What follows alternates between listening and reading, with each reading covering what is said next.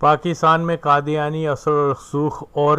ریاستی اداروں پہ ان کی مضبوط گرفت کا یہ عالم ہے کہ سوشل میڈیا کے قادیانی ایکٹیوسٹ بانگ دخل عمومی طور پر سبھی پاکستان کے علماء اور خاص طور پر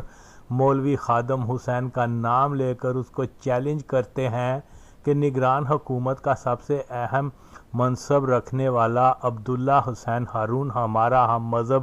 قادیانی ہے۔ آؤ مولوی خادم حسین، اگر تم میں ہمت ہے تو عبداللہ کے خلاف کوئی دھرنا دے کر دکھا دو۔ سوشل میڈیا کے قادیانی اگر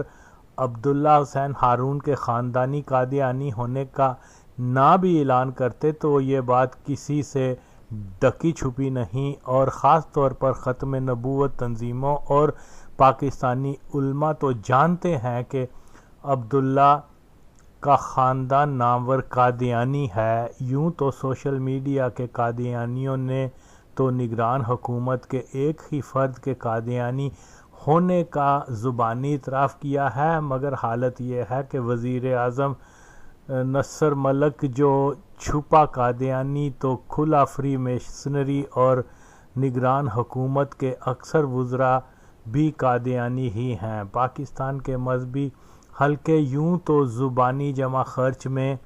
قادیانیوں کے خلاف پرجوش تقاریر کرتے رہتے ہیں۔ اس میں شک نہیں کہ دیوبندی مکتبہ فکر اندر خانی مرزائیوں کا اتحادی ہی ہے، اور اگر مرزائیوں کے خلاف بولتے بھی ہیں تو ان کا ہدف قادیانیت کی روک تھام کی بجائے ملک کو ایسے انتشار میں مبتلا کرنا ہوتا ہے جس سے دیوبندی دہشت گردی نیٹ ورک کا کوئی نہ کوئی فائدہ ہوتا ہو، مگر ناموس رسالت سے ان کو کوئی غرض اس لیے نہیں ہوتی کہ دیوبندی مرزائیوں سے بڑے شاتم رسول ہیں، مگر اہل سنت بریلوی مسلک کے علماء کے پلیٹ فارم سے تحفظ ناموس رسالت پہ جان قربان کرنے کی قسمیں کھانے والے ملا بھی پاکستان کے ریاستی اداروں حتیٰ کہ وزیر اعظم اور فوجی سربراہ اور سیاسی رہنماؤں کے قادیانی ہونے کے ٹھوس ثبوت ملنے کے بعد بھی یہ ملا لوگ منافقانہ چپ لگا لیتے ہیں، تو پھر سنی عوام ایسے غدار ملاؤں کو علماء حق کہنا چھوڑ دیں، بلکہ ان کے خلاف محاذ بنا کر کسی ایسی لیڈرشپ کو میدان میں لائیں جو پاکستان کے ریاستی اداروں سے قادیانی اور دیوبندی گرفت کو عوامی طاقت کے مظاہرے سے ختم کرا سکیں۔ مولوی خادم حسین نے اسلام آباد میں دھرنا دیا، جس کا مطالبہ بھی عجیب تھا کہ فلاں وزیر استعفیٰ دے دے، تو ایک کمزور اور دکھاوے کا مطالبہ کیا گیا۔ کئی عاشقان رسول اللہ صلی اللہ علیہ وسلم شہید ہوئے اور شہیدوں کی قربانی رائگاں ہوتی نظر آئی کہ ایک استعفے کے بعد مرزائیوں نے آج 70% قادیانیوں کو نگران حکومت سے پر کر دیا ہے۔ اس پہ دھرنا نہ دینے والے، ناموس رسالت پہ مر مٹنے والے سب مولوی چپ اپنے گھروں میں جا بیٹھے اور اپنی آنکھوں کے سامنے پاکستان کو مرزائی کنٹرول ریاست بنتا دیکھ رہے ہیں۔ جلالی سمیت اور بہت سے ملا پاکستان کے اہم افراد کے قادیانی ہونے کے ٹھوس ثبوت پانے کے بعد اپنے اس وعدے سے مکر گئے کہ وہ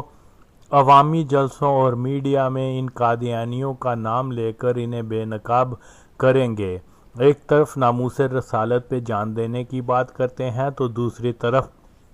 قادیانیوں کے نام تک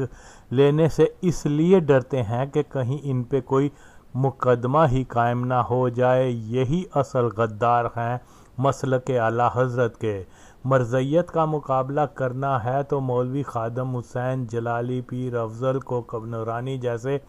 مولویوں کی جگہ ایک نڈر رہنما میدان میں لانا ہوگا جو قادیانیوں کے ہتھ کنڈوں پاکستان اور انٹرنیشنل سیاست، فری میسن، صہیونیت وغیرہ پہ جانکاری رکھتا ہو۔ دیوبندی رنڈیوں کو اسلام کی بیٹی کہنے والے، دیوبندیوں کو بائی کہنے والے غدار مسلک اعلیٰ حضرت ہیں، یا اردگان جیسے اخوان کو اسلام کا سپہ سالار کہنے والوں کی ضرورت نہیں کہ یہ سب سنی بریلوی مسلک کی بنیادوں کو ہلا کر رکھ دینے میں ہی مگن ہے۔ یہ محض ایک اتفاق ہے کہ نام نہاد جمہوری انتخابات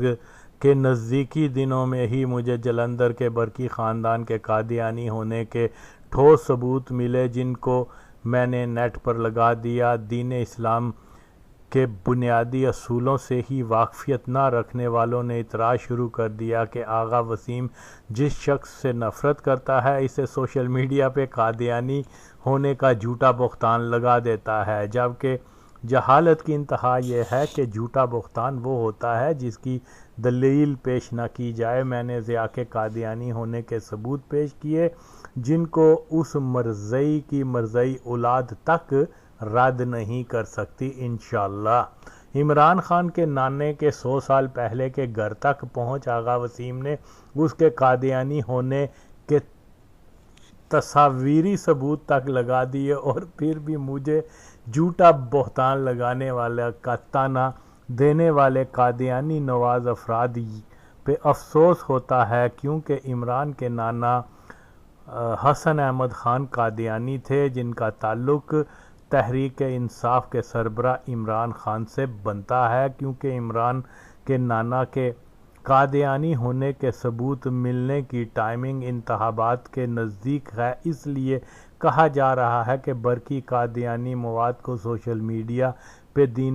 پر دینے کا مقصد سیاسی ہے اور مسلم لیگ کی ایک چال ہے وغیرہ۔ تو جو شخص قادیانیوں اور دیگر گستاخان رسول اللہ صلی اللہ علیہ وسلم کو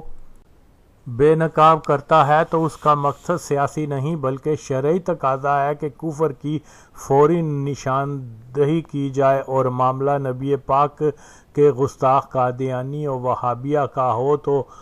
اس کو بے نقاب کرنا نبی پاک صلی اللہ علیہ وسلم کی غلامی کا شرف پانا بن جاتا ہے۔ نبی کا دشمن جس حال و زمان میں ملے اس کو فوری بے نقاب کرنا ہی تقاضا عشق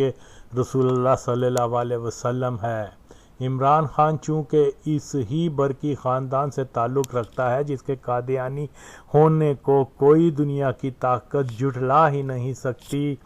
ہم جس دین اسلام کے پیروکار ہیں اس کے مطابق مرزئی زندیق ہیں، اور زندیق کافر سے بھی بدتر ہوتے ہیں، اور جس ملک پاکستان کے ہم باسی ہیں، اس ملک کی قومی اسمبلی نے مرزئیوں کو غیر مسلم کے علاوہ پاکستان مخالف قوتوں کا اعلی کار تک قرار دیا ہوا ہے۔ مرزئیوں کے کلیدی عہدوں پہ فائز ہونے پہ پابندی لگا دی ہوئی ہے، مگر دیکھنے میں یہ آیا ہے کہ ضیاء الحق جنیجو، شوکت عزیز، چودھری شجاعت حسین، معین قریشی، راجہ پرویز وغیرہ شناخت شدہ مرزئی تھے، اور موجودہ نگران کے علاوہ نواز شریف و بے ضمیر ممکنہ قادیانی ہیں، ملک کے سربراہ رہتے چلے آئے ہیں، اگرچہ جھوٹ کی بنیاد پر، خاص طور پر نام نہاد دفاعی تجزیہ نگار زاد احمد مرزئی کنجر پاکستان کی ISI کو دنیا کی سب سے زبردست ایجنسی قرار دیتا ہے، مگر اس بیکار ایجنسی کا حال یہ ہے کہ 11 سالوں تک جو ضیاء الحق پاکستان پہ حکومت کرتا رہا، یہ ایجنسی تمام وسائل ہونے کے باوجود معلوم نہ کر سکی کہ ضیاء الحق ایک مرزئی ہے، اور مرزئیوں کو پاکستان کا قانون سیکیورٹی رسک قرار دے چکا ہوا ہے۔ پاکستان جن مشکل حالات سے گزر رہا ہے، وقت کی ضرورت ہے کہ پاکستان کی تینوں بڑی سیاسی جماعتوں اور اداروں کے ہر فرد کی مکمل چھان بین کی جائے، اور ملک کے قانون کے مطابق قادیانیوں کو ملک، فوج، ایجنسیوں، سیاسی جماعتوں کی سربراہی سے ہٹایا جائے۔ ایجنسیاں یہ کام نہیں کر سکتیں کہ ضیاء مردود کے وقت سے ہی ISI کا سربراہ اختر رحمان خان قادیانی بنا دیا گیا تھا، اور مولویوں کے بس کی بھی یہ بات نہیں کہ ملا طبقہ بھی بکا ہوا ہے اور قادیانیوں سے ملا ہوا ہے۔ اگر ایسا نہ ہوتا تو آج پاکستان میں قادیانیوں کی گرفت اتنی مضبوط ہرگز نہ ہوتی۔ مثال کے طور پر شکور نامی مرزئی نے خادم حسین کا نام لے کر اس کو چیلنج کیا کہ ہمت ہے تو عبداللہ ہارون مرزئی کے خلاف بول کر دکھاؤ، مگر خادم حسین کی خاموشی دلیل ہے کہ وہ مرزئی کے چیلنج سے ڈر گیا ہے، اور کلمہ حق کہنے کی ہمت نہیں رکھتا۔ موجودہ دور کے اکثر ملا خائن ہیں، اگر نہ ہوتے تو کم از کم پاکستان کے عوام کو یہ تو باور کروا دیتے کہ پیپلز پارٹی، مسلم لیگ اور تحریک انصاف تینوں جماعتیں قادیانیوں سے پر ہیں اور اقتدار کے لیے پاکستان سے ناموس رسالت صلی اللہ علیہ وسلم کے قانون کو ختم کرنے کے ناپاک منصوبے پہ گامزن ہیں، لہٰذا ان کو ووٹ نہ دیا جائے اور نہ ہی ان کی جماعتوں میں شمولیت اختیار کی جائے۔ لیکن خائن ملا ٹولہ بھی قادیانیوں کے ساتھ مل چکا ہوا ہے۔ اس ویڈیو میں پہلے کلپ میں مرزا غلام قادیانی کی بیعت کرنے والے افراد کا ذکر ہو رہا ہے، جن پلید افراد کو مرزئی لوگ صحابی کہتے ہیں۔ ان میں منشی گوہر علی خان کے بارے میں بتایا جا رہا ہے کہ یہ بندہ جلندھر کے پٹھان خاندان کا تھا جو 1890 میں قادیانی ہوا اور مرزا کے خاص مریدین میں سے تھا۔ جیسا کہ یہ ایک حقیقت ہے کہ جلندھر میں ایک بڑی تعداد برقی افغانوں کی آباد تھی اور شروع سے ہی مرزیت میں یہ لوگ شامل ہو گئے تھے۔ عین یہی حال جلندھر اور مشرقی پنجاب کے ارائیوں کا تھا، یہ بھی بڑی تعداد میں مرزئی ہو گئے تھے، جن میں ضیاء الحق، انوار الحق، مولوی مشتاق وغیرہ بھی شامل ہیں۔ بہرحال منشی گوہر علی خان جلندھر کی برقی فیملی کا پہلا بد نصیب فرد تھا جو مرزئی ہوا، اور مرزیت اختیار کرنے کا صلہ سرکاری ملازمتیں اور زر و زمین کا پایا جانا ہوتا ہے۔ گوہر علی کے خاندان کے افراد کو فوج، محکمہ ڈاک اور ریلوے میں ملازمتیں ملیں اور دیکھتے ہی دیکھتے جلندھر کے امراء میں ان کا شمار ہونے لگا۔ منشی گوہر علی خان کے خاندان کے دیگر افراد بھی قادیانیت میں شامل ہونا شروع ہو گئے۔ جن کی اولاد کو بہتر تعلیمی سہولتیں ملیں تو پھر سول سروس، فوج اور دیگر ریاستی اداروں میں ملازمتیں ملنا شروع ہو گئیں۔ گوہر علی خان 1902 میں مر گیا مگر اپنے سبھی رشتہ داروں کو مرزئی بنا گیا تھا، جن میں عمران خان کا نانا حسن احمد خان، اس کا بھائی خان بہادر زمان خان جس کو انگریزوں نے مرزئیوں کی سفارش سے پوسٹ ماسٹر کی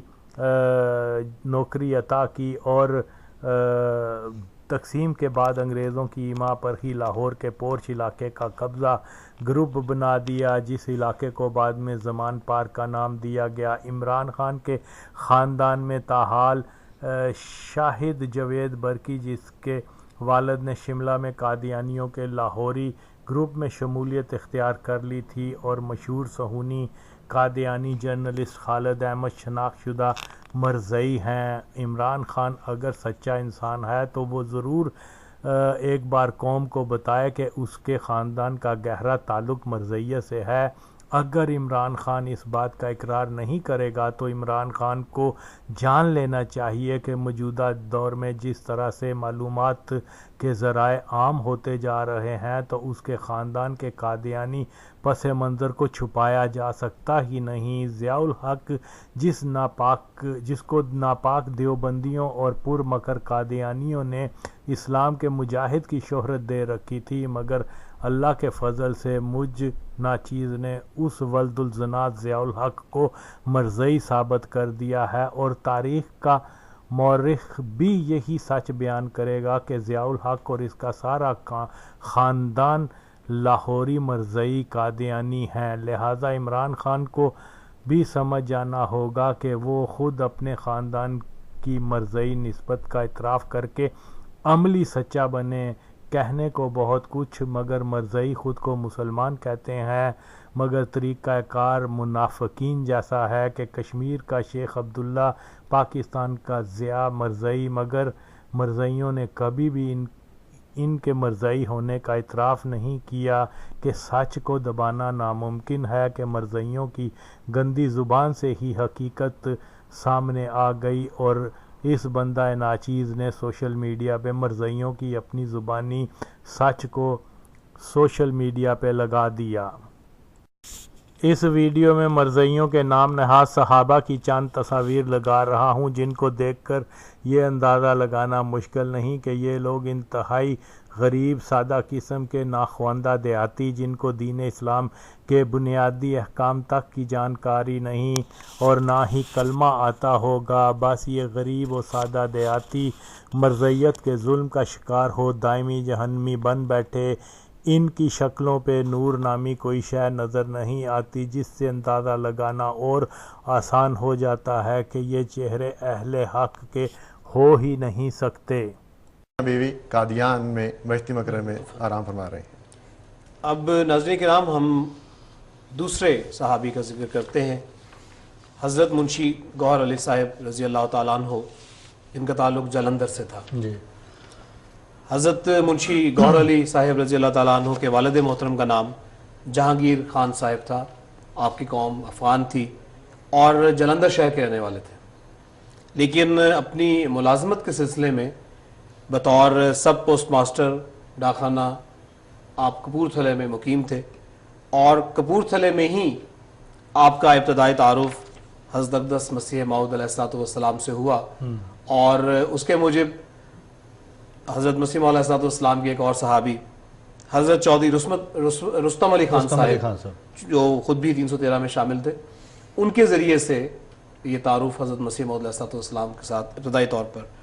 ہوا ہے، اور یہ اس دور کی بات ہے جبکہ حضور نے بھی سلسلہ بیعت کا آغاز نہیں فرمایا تھا۔ اور جو ہی حضرت مسیح موعود علیہ السلام نے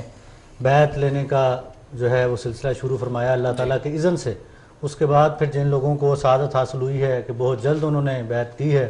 حضرت مسیح موعود علیہ السلام کے دامن سے وابستہ ہوئے ہیں، ان میں حضرت منشی گوہر علی صاحب رضی اللہ تعالیٰ عنہ بھی شامل ہیں۔ چنانچہ رجسٹر بیعت اولیٰ میں 161 نمبر پر آپ کا نام درج ہے، اور اس طرح محفوظ ہے: 18 جنوری 1890 میاں علی گوہر ولد جہانگیر خان افغان ساکن جلندھر کوٹ پشکیاں سب پوسٹ ماسٹر ڈاکخانہ کپورتھلا۔ تو اس طرح حضرت مسیح موعود علیہ السلام کی بیعت کرنے والے ابتدائی لوگوں میں آپ کا شمار ہے، اور 161 نمبر پر آپ کا نام حضرت مسیح موعود علیہ السلام نے رجسٹر بیعت میں درج فرمایا۔ اور بیعت کے بعد جس طرح اور صحابہ نے صدق اور وفا میں ترقی کی ہے، حضرت منشی گوہر علی صاحب رضی اللہ تعالیٰ عنہ نے بھی بہت ترقی کی ہے۔ اس سے پہلے بھی دعویٰ بیعت سے پہلے آپ کو یہ شرف بھی حاصل ہوا کہ حضرت مسیح موعود علیہ السلام جب دوسری مرتبہ کپورتھلا تشریف لے گئے ہیں تو وہاں آپ ملازم تھے، تو آپ کو حضور کی میزبانی کا شرف حاصل ہوا۔ تو اس بیعت کے بعد جو آپ نے ترقی کی ہے اخلاص اور وفا میں، اس کے متعلق حضرت مسیح موعود علیہ السلام نے اپنی کتاب فتح اسلام میں فرمایا ہے کہ ایسے بھی بہت ہیں جن کو خدا تعالیٰ نے ہمیشہ کے لیے مجھے دیا ہے، اور وہ میرے درخت وجود کی سرسبز شاخیں ہیں، اور میں انشاءاللہ کسی دوسرے وقت میں ان کا تذکرہ لکھوں گا۔ چنانچہ حضور نے اپنی جلد ہی ایک اور کتاب ازالہ اوہام تصنیف فرمائی، اور اس میں اپنے مخلصین کا تذکرہ فرمایا۔ چنانچہ حضور فرماتے ہیں کہ یہ سب صاحب علی حسب مراتب اس عاجز کے مخلص دوست ہیں، بعض ان میں سے اعلیٰ درجے کا اخلاص رکھتے ہیں، اسی اخلاص کے موافق جو اس عاجز کے مخلص دوستوں میں پایا جاتا ہے۔ اگر مجھے طول کا اندیشہ نہ ہوتا تو میں جداگانہ ان کے مخلصانہ حالات لکھتا۔ تو یہ حضور نے ازالہ اوہام میں تحریر فرمایا ہے، اور ساتھ ہی ان کی فہرست صحابہ کی دی ہے، اس میں حضرت منشی گوہر علی صاحب رضی اللہ تعالیٰ عنہ کا بھی نام شامل ہے، جہاں حضور نے حبی فی اللہ کے ساتھ آپ کا نام لکھا ہے۔ اور یوں ہے کہ حضرت مسیح علیہ السلام نے اس کے علاوہ بھی اپنی کتب میں ذکر فرمایا ہے، مثلا جو جماعت احمدیہ کا دوسرا جلسہ سالانہ 1892 میں ہوا، اس میں شامل ہونے والوں کے نام حضور نے آئینہ کمالات اسلام میں درج فرمائے ہیں۔ 327 لوگ تھے جو شامل ہوئے اس موقع پر۔ آپ کا نام جو ہے وہ 315 نمبر پر